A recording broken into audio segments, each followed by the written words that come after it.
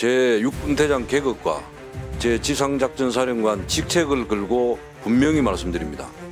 저는 12.3 비상기용과 관련한 내용에 대해서 전혀 알지 못했고 저희 지상작전사령부가 병력 출동이든 어떤 임무를 받거나 네, 알겠습니다. 분명히 없습니다. 다시 한번 그러면 경고합니다. 위증의 벌을 경고합니다. 징역 1년 이상 10년 이하 위증죄로 처벌받을 수 있습니다. 우선 곽종근 전 사령관 발언대로 좀 나와주시겠습니까? 여기서는 전 특수사령관입니다. 발언대로 좀 나와주시겠습니까? 우측으로. 전혀 안 보여서 부탁을 드립니다.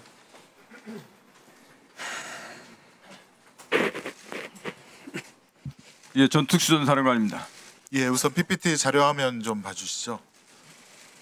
김종현 전 장관에 대한 공소장을 보니 윤석열은 2024년 6월 중순경 삼청도 안가에서 김용현, 여인영, 곽종건, 이진우 및 합동참모본부 차장 강호필 현 지상작전사령관과 함께 저녁 식사하면서 시국 상황 얘기했고 김용현은 윤석열에게 이 4명이 대통령께 충성을 다하는 장군이다 이렇게 얘기했답니다. 곽정훈 증인 이런 사실 맞습니까? 네, 맞습니다. 그 자리에 강호필 현 지상작전사령관이 있었던 것도 맞네요. 예, 같이 있었습니다. 다음 자료 화면입니다. 계속하여 윤석열은 김용현에게 지금 만약 비상계엄을 하게 되면 병력 동원을 어떻게 할 수 있느냐라고 물으니 김용현은 병력 동원과 관련해서 수도권에 있는 부대들에서 약 2, 3만 명 정도 동원이 되어야 될 것 같다라고 했습니다. 수도권 부대 2, 3만 명 동원은 여기 앉아있는 지작사령관 강호필의 지휘 혹은 동의 없이는 움직일 수 없는 거죠.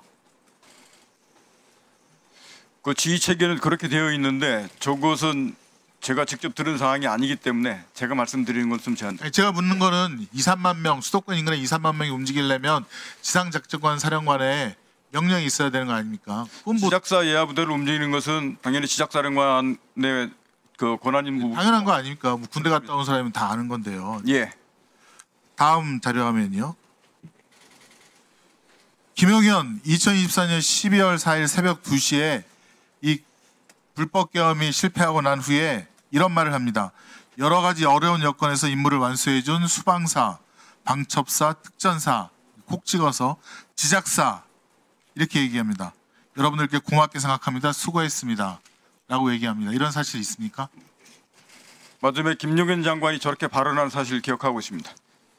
강호필 증인에게 묻겠습니다. 지금은 특전사, 정보사 이런 부대 이동만 나왔는데 사실은 지작사도 내란 임무 중에 큰 축을 담당했다라고 저희는 생각할 수밖에 없습니다. 어떻습니까? 어떤 지시를 받았습니까? 우선 제가 분명히 말씀드립니다. 공개된 자리이기 때문에 제6군대장 계급과 제 지상작전사령관 직책을 걸고 분명히 말씀드립니다. 저는 12.3 비상기용과 관련한 내용에 대해서 전혀 알지 못했고 저희 지상작전사령부가 병력 출동이든 어떤 임무를 받거나 알겠습니다. 분명히 없습니다. 다시 한번 그러면 경고합니다. 위증의 벌을 경고합니다. 징역 1년 이상 10년 이하 위증죄로 처벌받을 수 있습니다. 네, 알고 있습니다. 이런 공소장 나온 사실 관련해서 특수본이라든가 수사받은 적 있습니까? 수사받은 적 없습니다. 없습니까? 나중에 기회를 주신다면 지금 자료화면 제기하신 내용에 대해서 제가 나중에 일단 계속 질의하겠습니다. 자료화면 보시죠. 이게 조현천 박근혜 전 대통령 때 계엄 문건을 작성했던 사령관의 문건인데 여기 보면 수도권 인근 부대들의 서울 진입이 상세하게 되어 있습니다. 다음 자료화면이요. 서울 시내 곳곳에 이렇게 34단을 비롯해서 기계와 여단 등등이 진입하여 점령하라는 그런 계획들이 상세하게 되어 있습니다. 조현천 씨가 해외로 도피하다가 2023년 3월 29일 갑자기 귀국해서 체포 구속됩니다. 그러다가 2023년 6월 28일 보석으로 나와서 불구속으로 다니고 있습니다. 그리고 2024년 2월 1일, 2월 21일, 이 내란 예비 음모에 대해서 검찰에서 무혐의를 받게 됩니다. 저는 이 2023년부터 계엄을 위한 이 12.3 계엄을 위한 계획이 시작되었다라고 판단이 됩니다. 또 하나 가관인 것은 2023년 5월달 구속되어 있는 조현천에게 연금 2억 원이 지급이 됩니다. 지금 김영현 장관 연금 받으려고 신청한 거랑 너무 똑같지 않습니까? 왜 이런 일이 계속 반복되죠? 그리고 조현천 계엄 문건에는 발포 계획까지 있다고 합니다. 자, 그럼 강홍필 증인에게 계속해서 묻겠습니다. 네, 12월 4일자 KBS 보도에 의하면 고양시에 위치한 구사단 백마부대입니다. 네, 2017년 조현천 계엄 문건 때 30사단입니다. 네, 그때도 출동하라고 다 계획이 짜여져 있는데요. 거기 28여단이 출동 준비를 했었다는 보도가 있었고 여단 실무자들에게서 평소 훈련 상황은 달리 전차를 예열하여 출동한 태세를 갖추었다라는 보도가 있습니다. 이에 대해서 확인한 바 있습니까?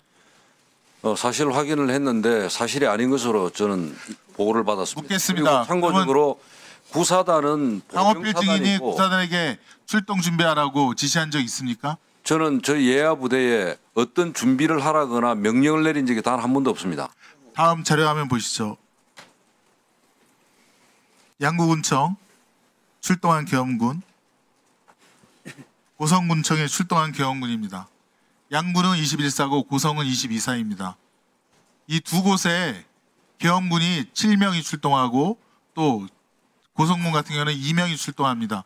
이것은 어떻게 이루어진 일입니까? 그 내용도 마찬가지입니다. 일단은 결론은 지작사에서 지시한 것은 없습니다. 아까 작전본부장이 그럼 본인이 지시하지 않았으면 이런 이동이 어떻게 일어납니까? 그러니까 경계태세 2급이 발령이 되고 나서 군경 합동 상황실 구성 준비와 관련해서 사단에서 자체적으로 그럴 줄 알았습니다. 자, 확인한 것입니다.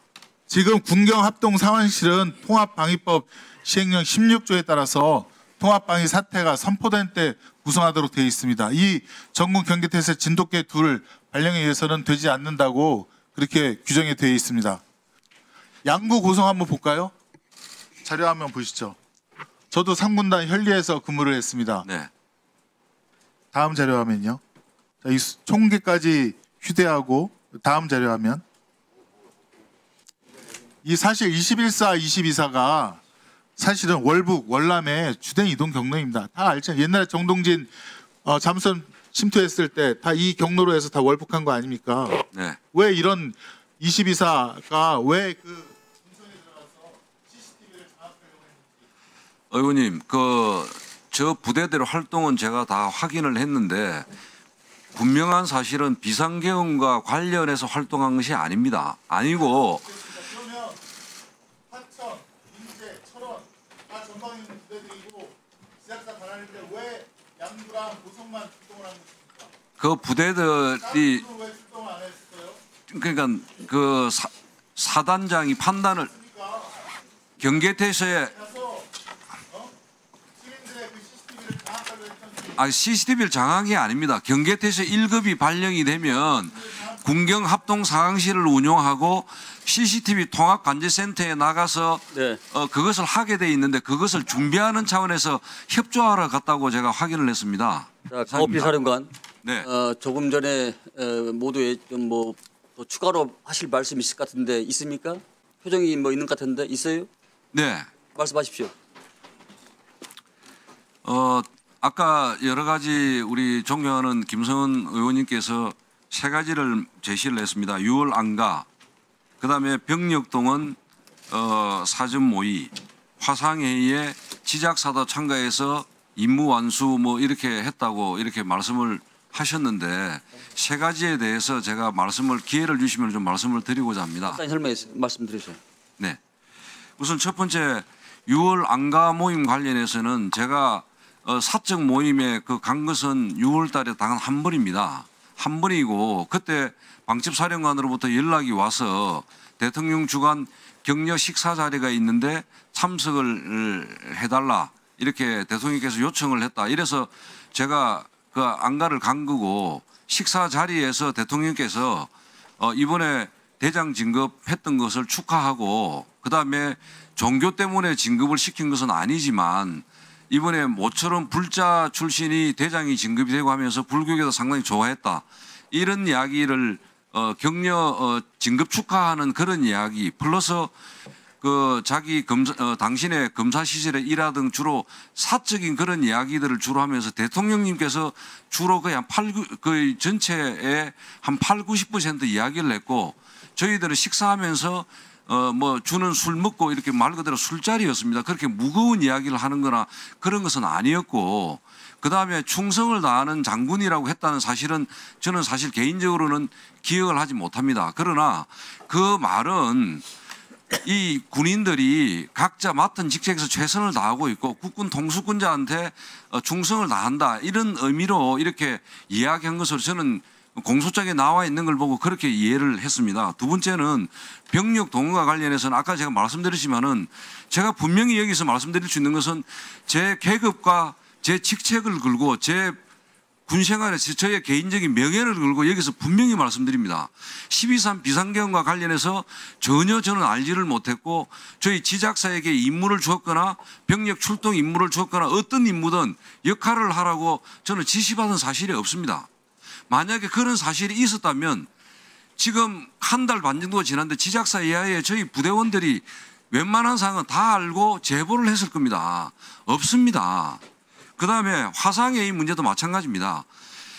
최초의 12월 3일 날 첫 화상회의 때는 저는 사실 공간에 그 당시에 있었고 보고를 받고 그때 공간에서 보고를 받고 부대로 들어올 준비를 하고 있었고 저희 지작사는 참석도 안 했습니다. 거기 합참에서 보고한 것처럼 기계획대에 있는 대로 이 부대들을 어떻게 하라고 첫 화상회의 때 지시를 했습니다. 그다음에 저희는 들어와서 전방에 접촉 지역의 대비태세 유지하고 북한군 동향 파악하고 제대별로 위기 조치 체계 가동 이런 것들을 확인한다고 정신이 없었습니다. 네.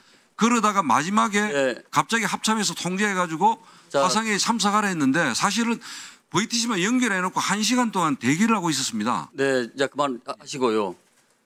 사령관께서 지구작전 사령관을 하지는 안 했습니까? 했잖아요.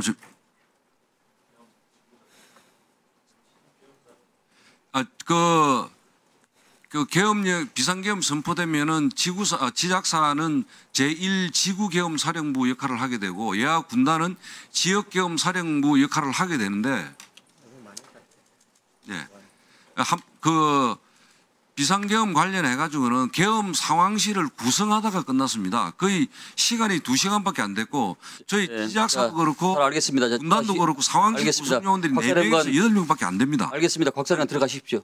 예. 들어가시고 김명수 합참 의장님께서 상황이 종료돼서 오신 것 같습니다.